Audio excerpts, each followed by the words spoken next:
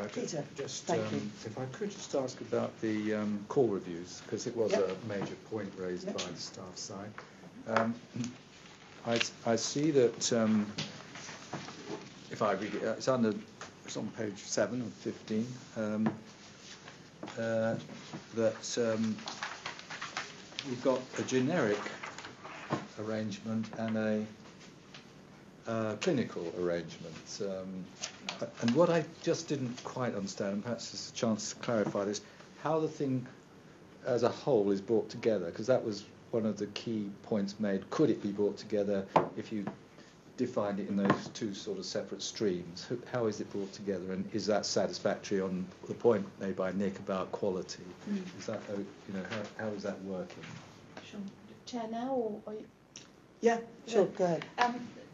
Board members will recall that we have a very robust and effective call review tool currently, and the generic call review tool has been taken from the learning, from that specific call review. So we have a generic call review tool that allows us to look at the generic aspects of every type of a call, and then we have subsequently developed specific call review tools to enable health information, dental and the clinical elements of all calls to be looked at by a clinician. So a team leader will be able to complete the generic element, anybody can complete the generic element of the call review tool based on our existing call review tool, but we have specifically developed a suite of separate, but based on the call review that we currently do, tools that will enable us to check the quality, integrity and safety of the clinical aspects of the call, and from dental and health information perspective too. Excuse me. How does it all... that was the main point. How does it come Pulling it together? really. So in terms of how a call is reviewed, so that we still have the same approach where you will have peer review, supervisory review and random review. So a call will be able to... Sorry? Himself. Yeah, peer and self. Oh, yeah. Peer and self, supervisory and random. Right. And you will be able to pull a call which will start with the generic element, and then the team leader will do, and then the clinical element will be looked at by the clinical lead, or indeed the central team that we've got to review random calls. And will the member of staff get holistic feedback? Yes. How that works? On the start, from the team manager themselves, from the start of the call to the end of the call, a call will be reviewed, and the team manager gives the individual feedback. Louisa, was your question related to that? Yeah. It doesn't have to be. Yeah, because this is one of the things that concerns me the most. I mean, as you say, staff raised it a lot, and I just feel, so I feel a bit concerned about this. So. It would be nice, I suppose, to have seen what the generic tool might look like, and also to get a sense of how how it's been how the process has been validated, perhaps. And then I'm still not sure, and you probably have explained. I'm sorry if I don't get it. What triggers the generic to a clinical review? Who does that process of triggering it? Because that's what I'm just not sure about. So if the individual, if there isn't a trigger, it is that the clinical element is literally reviewed by a clinician, and that clinician will either be the clinical lead, practice development coach, or one of the central nurses that we've got reviewing the calls. So the clinical element of a call will be reviewed by a clinician, and the generic element of the call will be reviewed by a team leader, or it can be a non-clinician of any. Is there a distinction, Helen, between routine and by exception? It depends what you mean by routine. So we'll still go for the 1% audit, so that we will have, and you'll do an element of your own review. So as a member of staff, you'll do an element of your own review. Your supervisor will do an element of review, and you will have some of your calls randomly reviewed, and that makes up the totality of the call review percentage that we'll do as an organisation.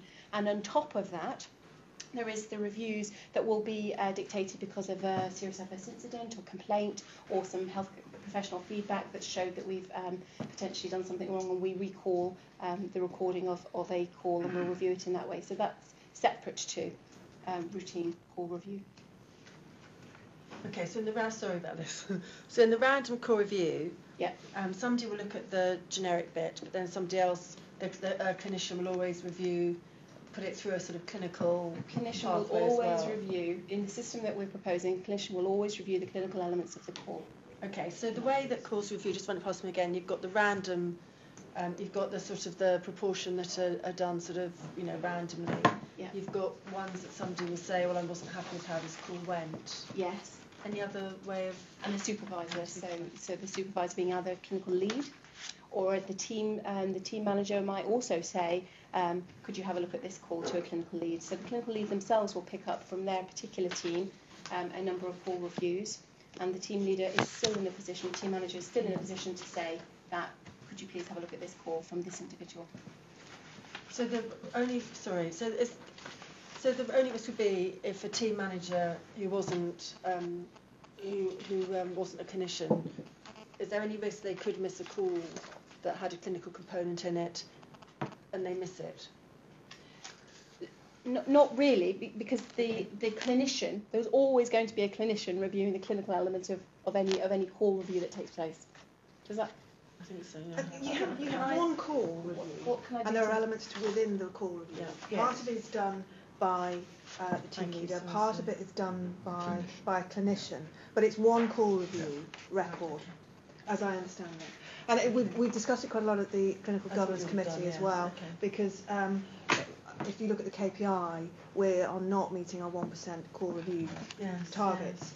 And we've been assured as a committee that these changes will enable us to hit the 1% KPI. Thank you. Sorry I've taken so much time on that. Okay, good.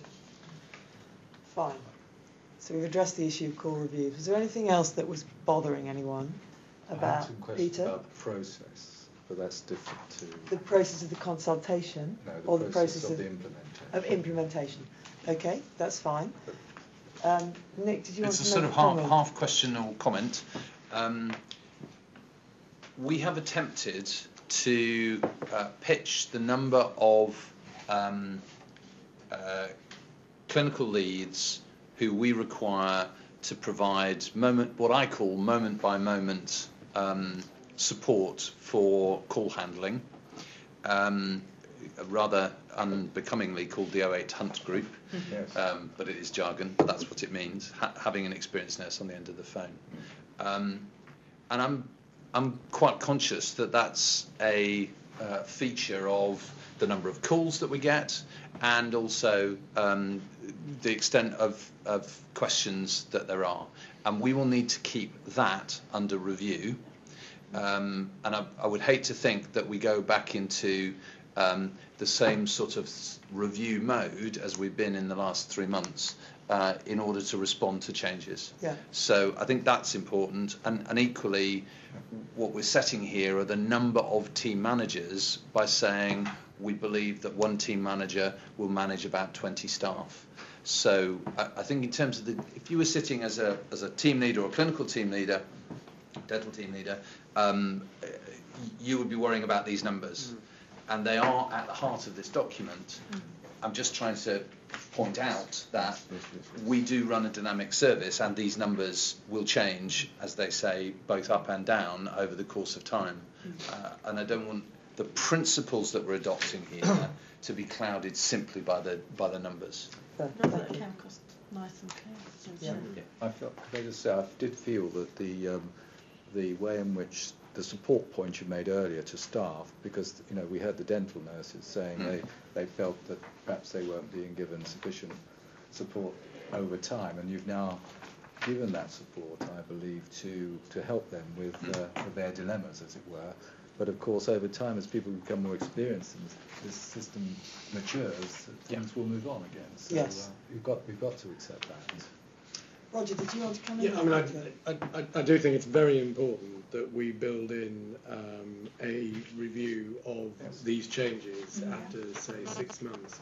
I mean, built into Agenda for Change is a review of the job descriptions, for example. That is an automatic thing that happens, so that you set you evaluate the jobs here at a certain band, and then built into the Agenda for Change process is a review of that job description after 6 months. So it's important we do that. Okay, fine. I'm wondering whether there are any other questions at this point, because Peter, you had a question about implementation.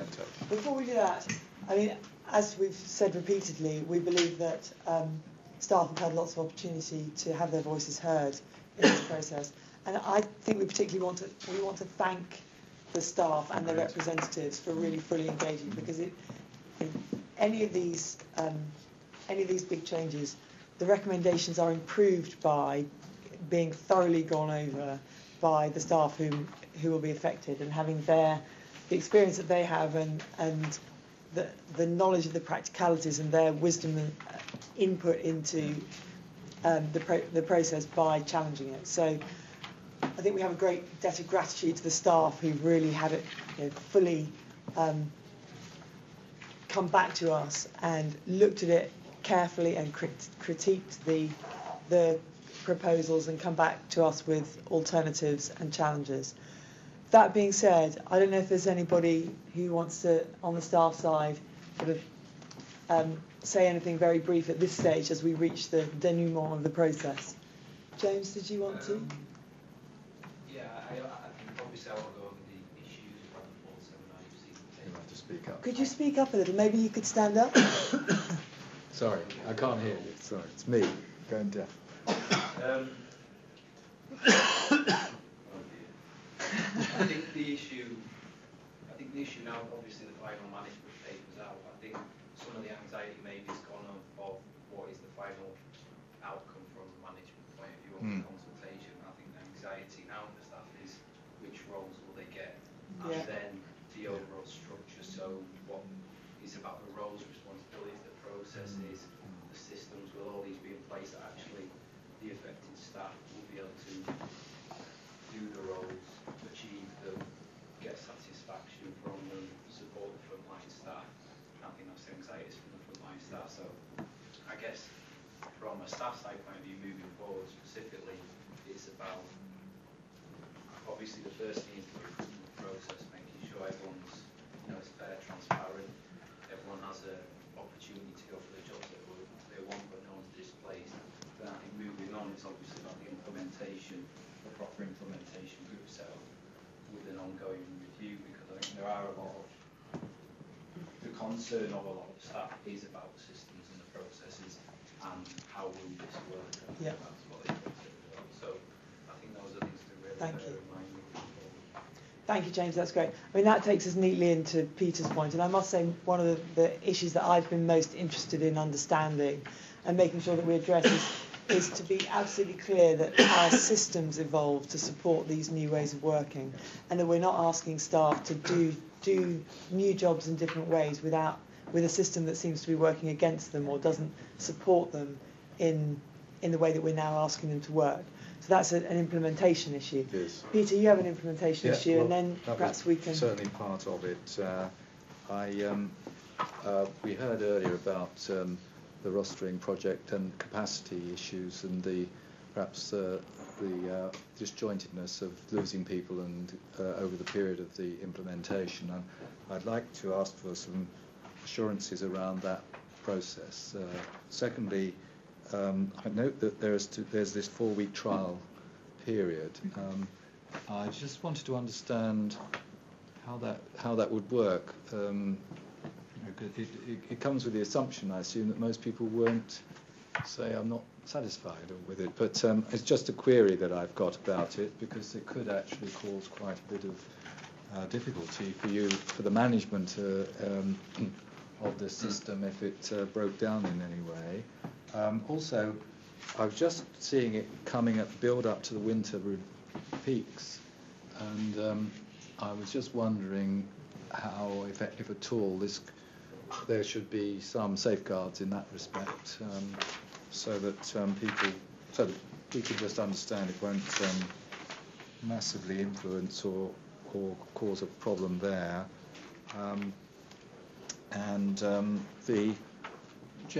We just talked about the development underpinning, the way in which staff will have this underpinned to support them, your word, just what it is that would be there for them, what support there is.